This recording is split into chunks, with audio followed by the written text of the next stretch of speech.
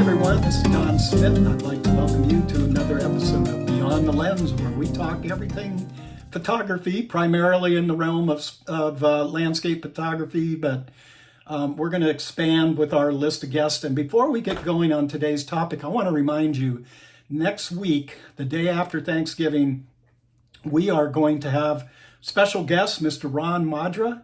Ron was one of the top staff photographers at Sports Illustrated for 26 years, had something like close to 80 covers, flew all over the world covering the top athletes back in the day. Ron's got some great stories. We're hopefully even going to share a video about when he went to Russia. I won't give it away, but it's awesome. We're going to see his work, and then we're going to see his transformation over into becoming a landscape photographer, and that's been quite a transformation, but one that doesn't surprise me in the least because he's such an amazing artist. So that's coming up a week from Friday. Hey, today I want to get on with part 2 of the Tony Kuyper Gen Phil. And today we're going to talk more about creating art or turning pictures into art. That used to require us going out and buying separate software to do this. And now with, AI and generative fill and Tony's box, which by the way is free. I'm going to leave the links down below. It's called the TK Gen Fill. That's the one you want. And I'm hoping a lot of you after last week went off and downloaded that. It's not going to cost you a penny. But while you're in a store, you may see everything from the TK version 9 panel to a lot of other things Tony has for sale, along with some terrific Sean Bagshaw training videos where I really learned how to put this all together and utilize it. And I just don't touch a picture anymore without going on to the TK9 panel. Everything is done through that panel in Photoshop. So if you're interested in purchasing anything, utilize my code, my affiliate code, which is DS15, and you'll get 15% off of anything you see in Tony's store, from the panels to the videos, to anything else he may end up putting up there. But this one, gang, is free. Go out, download it, and watch the video that I did last week. It's the link is down below. It's the Gen Fill Part 1.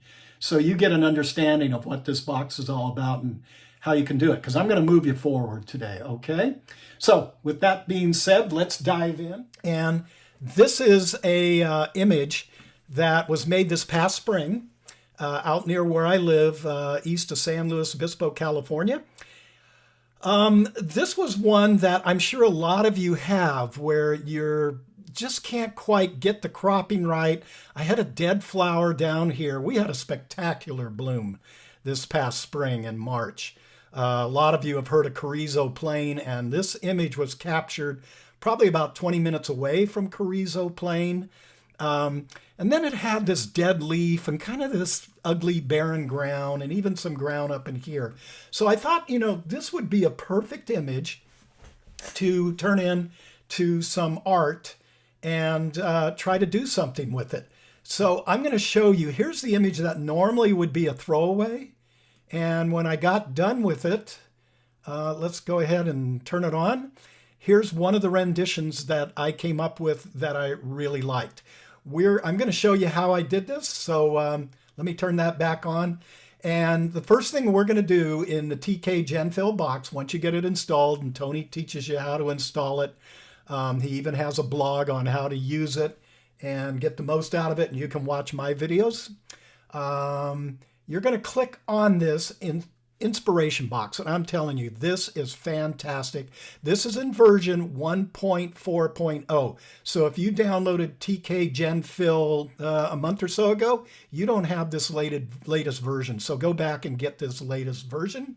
Use the link that you downloaded your original Gen Fill on, because you get 5 tries at it.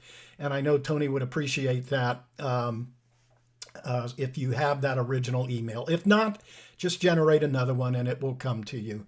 He walks you right through how to do it. Okay, so now this up here is where we're going to do our prompts. If I go back over to here, it's no different than what this box is right over here, but I like this new layout because there's just so much room up here. You can see things a lot easier. So you're going to have the content type. Last week we did photo. This week we're going to do art. And whatever the content type is, it's going to place it first word out of the box right there. Then you have your style. We went through these, but for those of you who didn't see last week, movement, themes, techniques, effects, materials, concepts, and then we can come into color and tone, lighting, composition. Okay, something you're seeing this week I didn't show you last week because I didn't know how to do it, but I can actually come in and highlight some of my more favorite types of styles and colors and tones and lightings and compositions. And the way I simply do that, if I went up here to Art Deco and I right-clicked on it, you're going to see that it will place a solid orange line under it and highlight it in orange. If I right-click it again, it goes off. If I was to left-click on it, it would actually add it up there. If I left-click on the word or the box, really doesn't matter, it will remove it and take it out of there.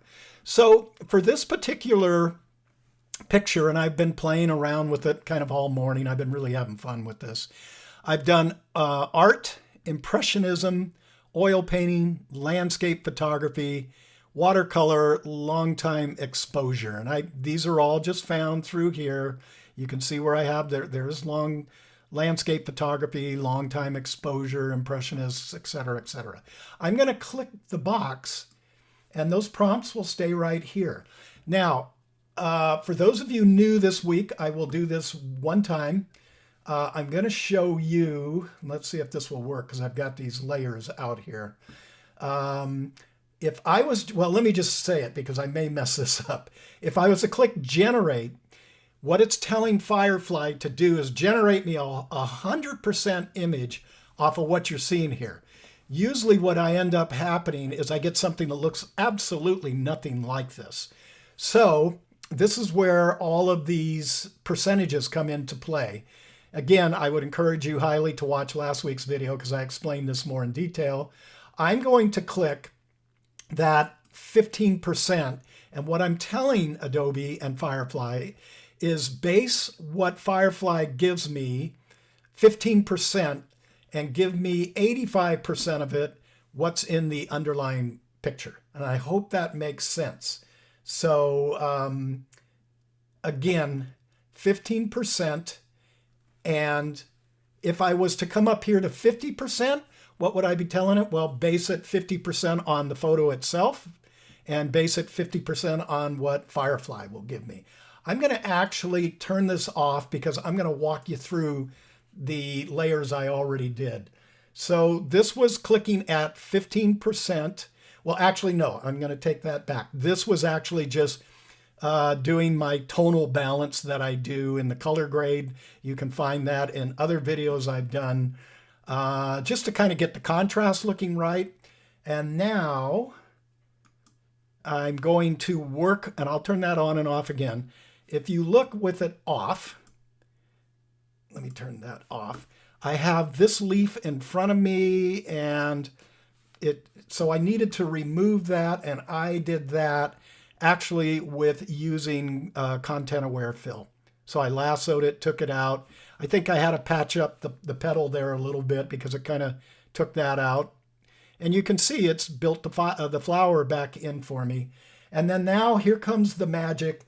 This is at 15% with our keywords in there. And voila, we have turned it into a cool painting, right? So let me show you something. I'm going to highlight this top one. This is where we actually turned it into the painting by selecting 15, hitting generate. And we actually have 3 different samples here.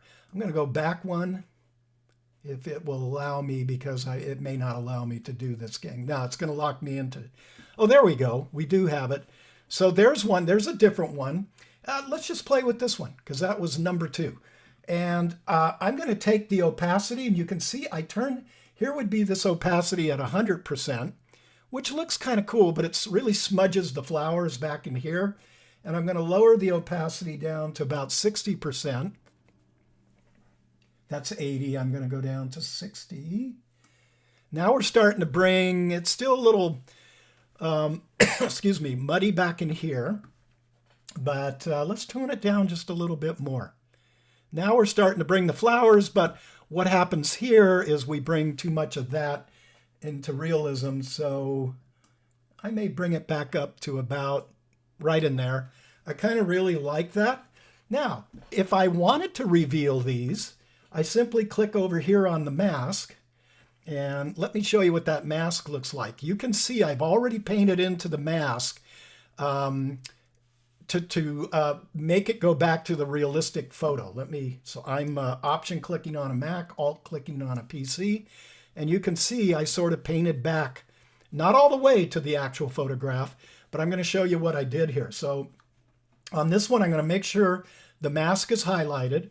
I'm going to tap my B key for brush, and I'm going to make sure this is a white mask, so I'm going to make sure that I have B for black. Now, up here is the opacity. I showed you how to set that last week. If I type the 0 key, I'm just going to do one swipe here at 100%. And you can see I've turned that back to the photograph. But I may not want it exactly as the photograph. So Command Z. Let's take this down at 50%. So I'm going to type the 5 key. I'm going to start over here. And I can just now start to make it look a little bit more like the photograph. Okay, so let's turn that layer on and off. And I might take another swipe at 50%. And this is something key to understanding. If when you swipe, I'm not releasing, I'm just holding the left mouse key, or if you're on a tablet, and it's not, so when I take 50% out, that leaves 50%, right? If I take another 50%, I haven't cleared it all. That's 50% of the remaining 50, which is 25%. The beauty of this is you don't have to know math. You only have to know what looks cool to your eyes. And so there you have it. That's kind of, let's take these off. This is from the raw state, right into Photoshop, right out of the camera. I think I captured this with a Sony A7R5. And I did not use focus bracketing. And now it's just made this whole dead area back here fill in, right? Let's take it off one more time. Even up in here, it's made it kind of fill in. Pretty cool. Okay, that's example number 1. Let's go to example number 2 here. This was an image I captured last week while out on a walk with Barry. It was about a half hour before sunset. These 3 long, shapely, well, it's an abstract actually, but these 3 things are these 3 smokestacks that sit on an abandoned power plant that's back here, and it's catching the warm light of sunset, and it's reflecting it down into Morro Bay. So what I'm going to do is I'm going to turn all of this off. Here's the picture. And I actually had it in what I'm going to show you, so my apologies. Here is the actual picture. I cropped it into a square. There was a lot of junk floating on the water over here that I didn't really like. I was a little off balance, so I went with a square format that I really kind of liked. This was from an iPhone 14 Pro Max shot in RAW mode. For those of you who are Mac people, you use the image capture software that comes with your Mac to import the RAWs. You can't do it with AirDrop. It will only import the JPEG, and I really wish that Apple would fix that. But as far as I know, the only way to get the RAW in is by using image capture. If you're on a PC, I'm sorry, I don't know how to make that work because I just haven't been on a PC in years. Maybe some of you out there know, and you can leave a comment down below. Okay, so here's what I wanted to show you. I went out and once again did 15% with the same words, the same keywords, which were once again art, impressionism, oil painting, landscape photography, watercolor, and long time exposure. Okay, then I made a mistake. I wanted to regenerate them again, but I forgot to turn this off. And if you forget to turn it off, it won't regenerate it off your original picture. It will generate it off of what the last layer was. So let's turn this one on. This was another one where I just ran it again to get some difference. And I actually came up with something even a little more cool and a little more abstract, right? So here is the before, and here is the after.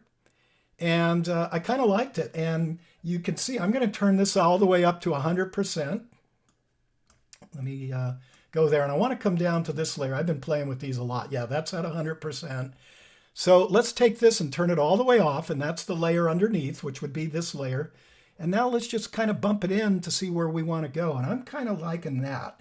I'm at about 62%. Let me turn that on and off by clicking on the little eyeball. Yeah, I kind of dig that.